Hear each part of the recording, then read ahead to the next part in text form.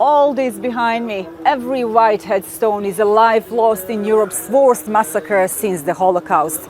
I'm in Srebrenica, where 8,372 people, mostly men and boys, were killed in just 7 days.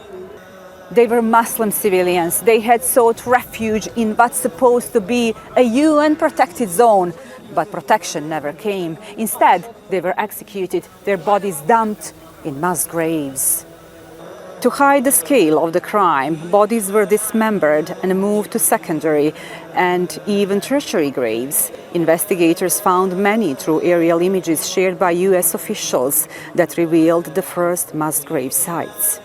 So far, more than 80 mass graves have been uncovered, but 1,000 people are still missing, and most who are found are laid to rest with only fragments.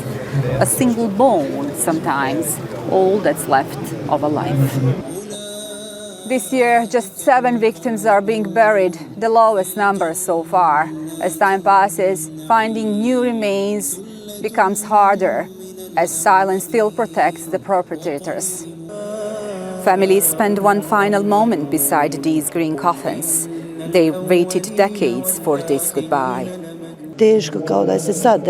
It feels like it just happened. I lost my whole family, my husband, my father, my cousins, and I still haven't found my brother. This is a burial of Mevlida's husband 30 years later, with a grave that's still incomplete. The oldest victim to be buried this year was 67-year-old Fata Bektic. All that was recovered of her, a single bone.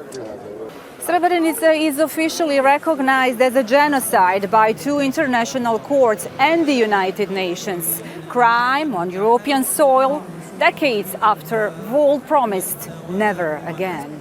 30 years on, the world returns to remember. But some here say the same failures are repeating, pointing to Gaza and the silence around it. From the graves still being filled to those marked with a white stone, this is not just a memorial, it's a warning that memory alone is not enough to stop history from repeating. Arduana, Pribinja, Al Jazeera, Srebrenica.